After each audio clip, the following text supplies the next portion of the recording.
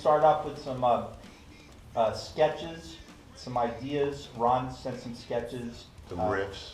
Riffs, just, starting points of things. And we just kept sending them to Mike. And Mike, on tour, I guess, would listen to, and he's out would listen to everything and would just start cataloging and cherry picking the stuff that he liked the best. And he started with those ideas in the studio. Then once we got together, me, Derek, and Bumblefoot, it just flowed like a French wine. It just, it just like a Bordeaux. That's a line. Like a fine Bordeaux. Yeah. Exactly. That's a better line. Yeah, so it was easy. Derek and I already had a chemistry, and Derek and me and Ron already had a chemistry for hanging and playing together, not writing so much. But anyway, it locked really quickly and easily. And then we took a lot of existing riffs and ideas and jammed on them and expanded on them. And there was one exception. God of the Sun was something that Derek had in completion and brought that in. And it was like, it's fine. I mean, there's no reason to fuck with it or try to change anything. It was great. Let's fucking just do it. But everything else was just bouncing ideas off of each other.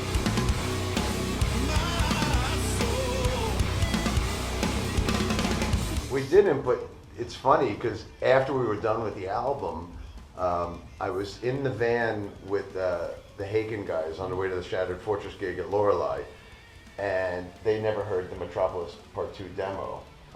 And I played them the Metropolis Part 2 demo.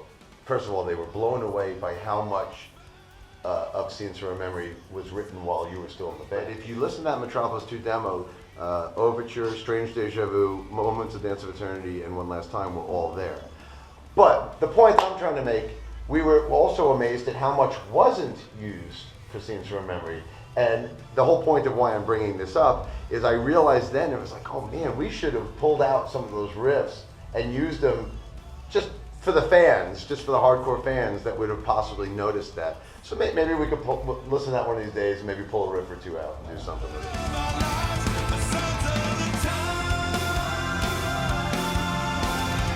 Actually, the very first draft, well, I should backtrack.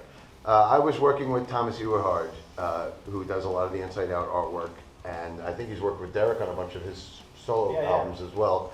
And I knew that I wanted a crest, a symbol, for the band's logo and the first album cover. So Thomas came back with two lions, and it was originally two lions, and then I showed it to Derek, and then he suggested switching one of them to an eagle, which I think was a great idea because it has two strong personalities. But to be honest, when Thomas came to me with that, it wasn't intentionally like two characters, me and Derek up front. That wasn't initially something that I suggested or he suggested. It just came back that way, and then once it did, I think it felt good to really modify it to kind of represent me and Derek. But he was the one that suggested the eagle. I don't know if you want to expand on that. It's just, I just felt it would be cool to have the two different personalities rather than the same thing. And then also, it's also a tribute to the Armenian coat of arms. It's the eagle and the lion is on there, except they're facing the opposite ways. So ours are facing each other.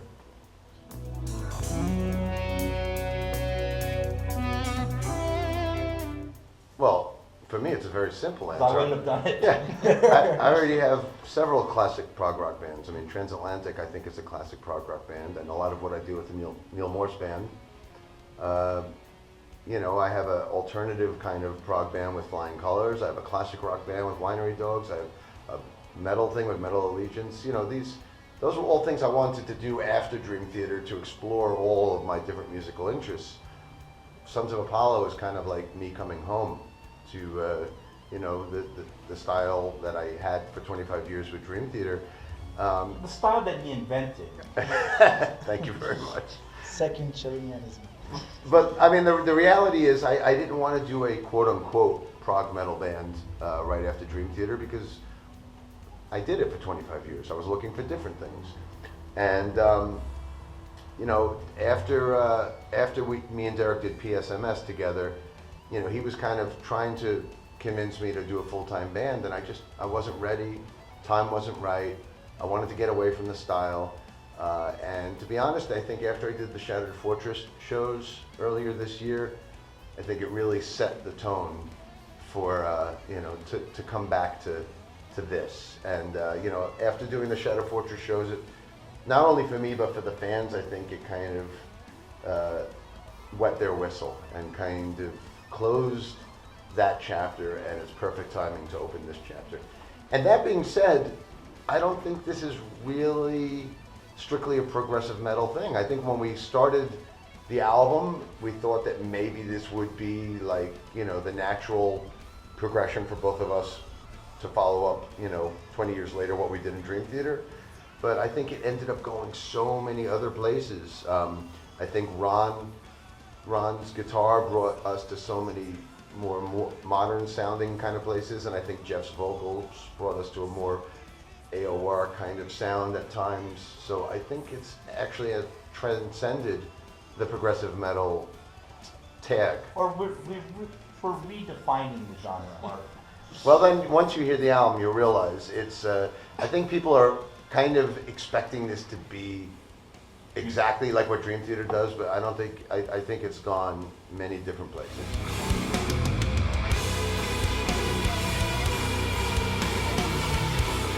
First of all, I'll say this.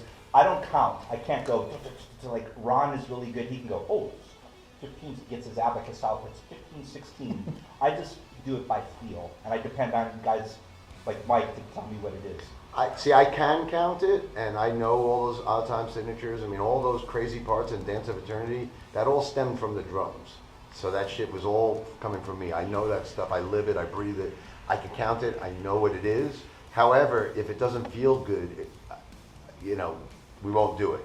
And I've never said, well, hey, we have to play something that goes 7, 9, 5, 3, 7, 5 because it looks cool on paper. No, if we're playing it and it sounds good and it naturally falls out that way, then we'll do it. And there's moments on this album. There's an instrumental that closes the album, Opus Maximus, and it's a 10-minute instrumental, and it's got all of these crazy odd time signatures.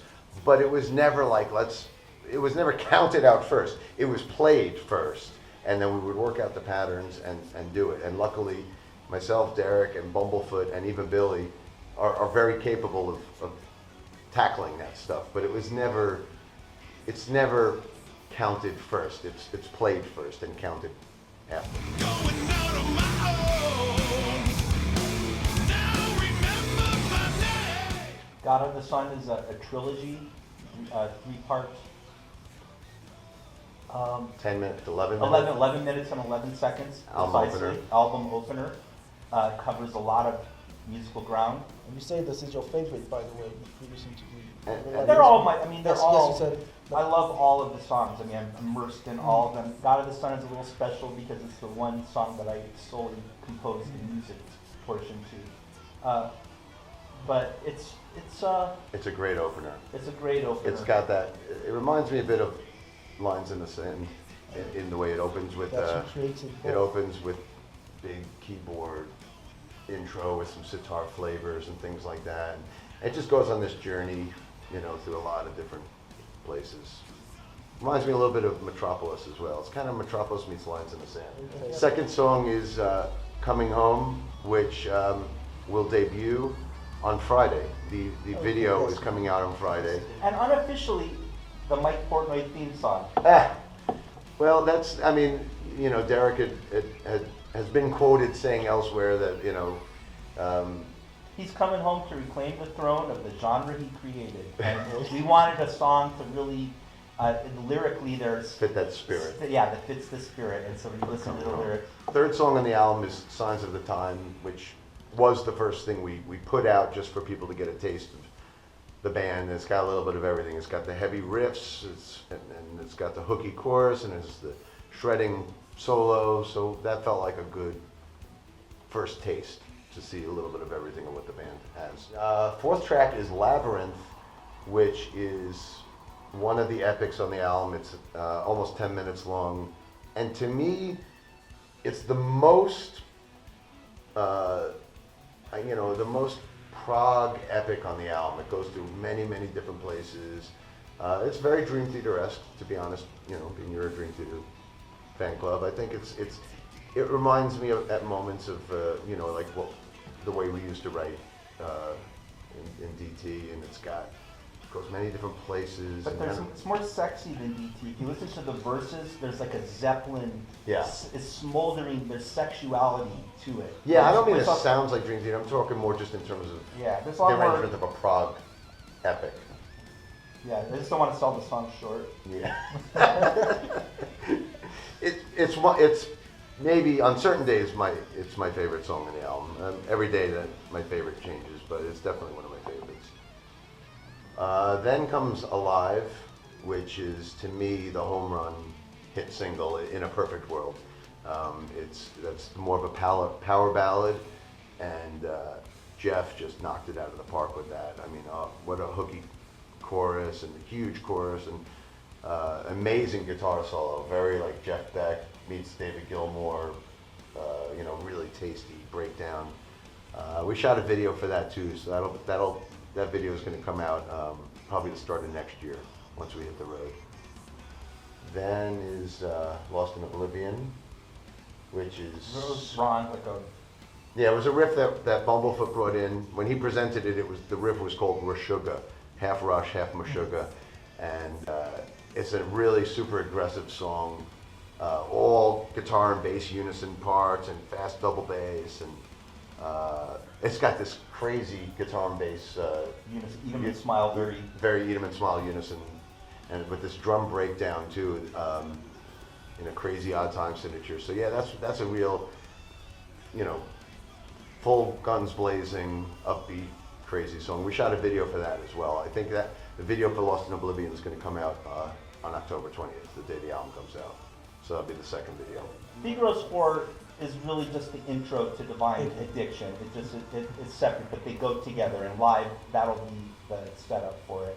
And it's basically very Deep Purple influence, John Lord, distorted V3. But it's Nice. Derek's Eruption. Yeah, it's like my eruption, there you go. Totally. Okay. And then that goes into Divine Addiction, which is a straight ahead song, and it's another one that Derek brought in, most of that song he brought in. Yeah. It's like Deep Purple meets Rainbow, kind of. Yeah, very Egyptian. It's got real strings. We have real strings on a bunch of the songs. And then the final song on the album is Opus Maximus, which is, like I said before, it's a 10-minute instrumental that's just everything in the kitchen sink. It's picture You of got that, you totally directed, but we just got in and we just we wrote it section by section, and that was just awesome. It was like, okay, let's go. it's a four-way showdown. Portnoy, Sherinian, Bumblefoot, Sheehan, four-way showdown. And it's to me, it's just raising the bar of the progressive metal instrumentals. I mean, I think it's like La Via Strangiato for the new millennium.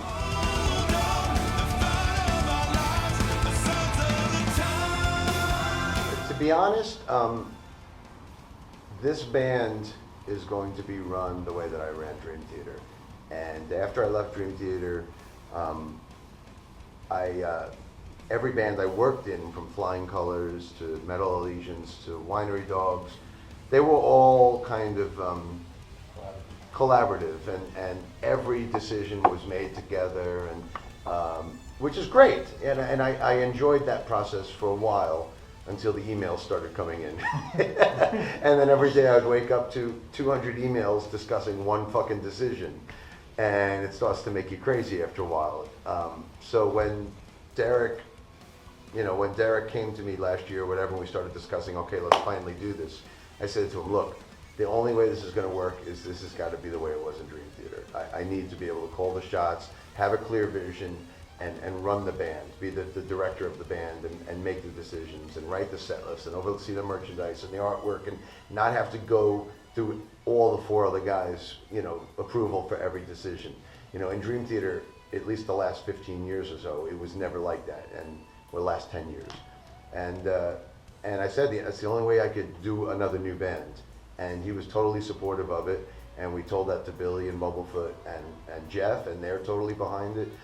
So, but like Dream Theater also, the music is collaborative. We write the music together. We did all the album together, and Jarek and I produced the album together the same way that John and I produced the albums together. or we wrote the music the same way that me, John, and Jordan used to write the music together. So we did that collaborative. But once the record is done, now it's like time for me to do my thing, whether it be the set list, the merchandise, you know. And he's supportive of that. And in answer to your question, I will be, you know, the one that does all that with this band.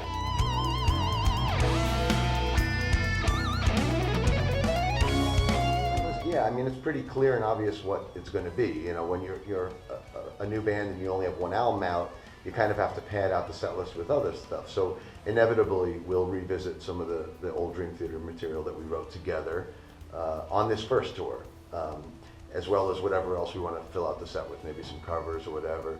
But once we get onto the second album, at that point, then it's strictly Sons of Apollo. But you know, this first time around, inevitably, we'll need things like that to fill out the set list. So yeah, this time around, you'll get some of those moments revisited.